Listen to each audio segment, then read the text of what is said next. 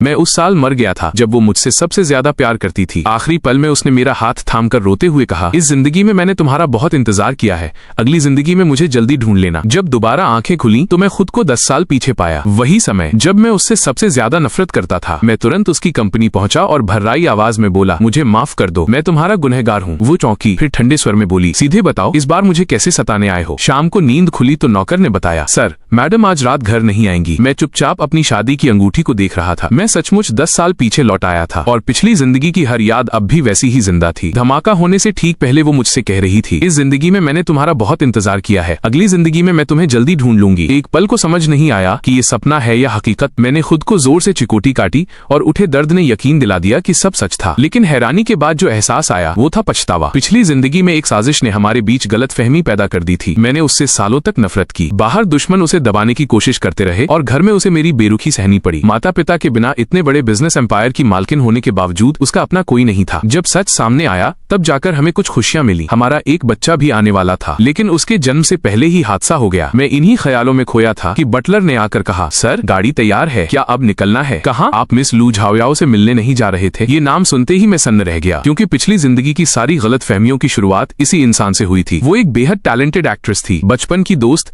जो एक हादसे में बुरी तरह झुलस गई थी और लंबे समय से अस्पताल में भर्ती थी। पिछली जिंदगी में इसी दिन मैं उसका जन्मदिन मनाने फूलों का गुलदस्ता लेकर अस्पताल गया था। वापस निकला तो उसे कार में मेरा इंतजार करते देखा। उससे बात करने का भी मन नहीं था, लेकिन उसने पहले मुझे देख लिया। वो कार से उतरी और धीमे स्वर में बोली, आज मेरा जन्मदिन है। मैंने ठंडे लहजे में कहा, तो क्या हुआ? आज उसका भी जन्मदिन है। मुझसे शादी करने के लिए तुमने हर हद पार कर दी। उसका चेहरा बर्बाद हो गया, उसका करियर खत्म हो गया। अब मुझसे और क्या चाहिए? मेरे आरोप सुनकर वो कुछ पल चुप रही, फिर बोली, वो सिर्फ एक हादसा था। मैं हंस पड़ा। अगर उस दिन तुमने उसे बुलाया ही नहीं होता तो वो आज अस्पताल में नहीं होती। ये सुनकर वो खामोश हो गई। काफी देर बाद उसने सिर्फ इतना कहा, मुझे माफ कर दो। उस दिन के बाद हमारे रिश्ते तेजी से बिगड़ते चले गए। लंबी खामोशियां, दूरी और अधूरे शब्द हमारे बीच रह गए। बाद में पता चला कि जो हादसा मुझे उसकी गलती लगता था वो असल में एक सोची समझी साजिश थी ताकि हमारे बीच दरार पड़ जाए। हर बार सोचता तो सिर्फ पछतावा बढ़ता जाता। तभी बटलर फिर कमरे में आया, सर सामान गाड़ी में रख दिया है, ट्रैफिक बढ़ जाएगा। मैं जल्दी से तैयार होकर कार में बैठ गया। तभी एहसास हुआ ये 10 साल पहले का समय है, अभी भी सब कुछ बदला जा सकता है। गाड़ी अस्पताल की सड़क की ओर बढ़ी, लेकिन रास्ते में भारी जाम था। ड्राइवर ने कहा, सर मिस लू को फोन करके इंतजार करने को कह दूं? मैंने बाहर ट्रैफिक लाइट देखते हुए तुरंत कहा, अस्पताल नहीं जाना, कंपनी चलो। सच कहूं तो उसकी कंपनी की मुझे ज्यादा याद भी नहीं थी। जवानी में उससे नफरत करता था, इसलिए कभी वहां गया नहीं। और जब प्यार हुआ तब सब बहुत देर हो चुकी थी। तब उसके दुश्मन उसे निशाना बनाने लगे। खतरा इतना बढ़ गया था कि उसने मुझे खुद से दूर रहने को कहा। इसी वजह से आज उसकी ऑफिस बिल्डिंग के नीचे खड़ा मैं उलझन में था। समझ नहीं आ रहा था कि उसका ऑफिस कौन सा है। हाथ में फूलों का बड़ा गुलदस्ता लिए मैं असहज खड़ा था। आखिरकार मैंने उसे कॉल किया, सोचा था देर से उठाएगी।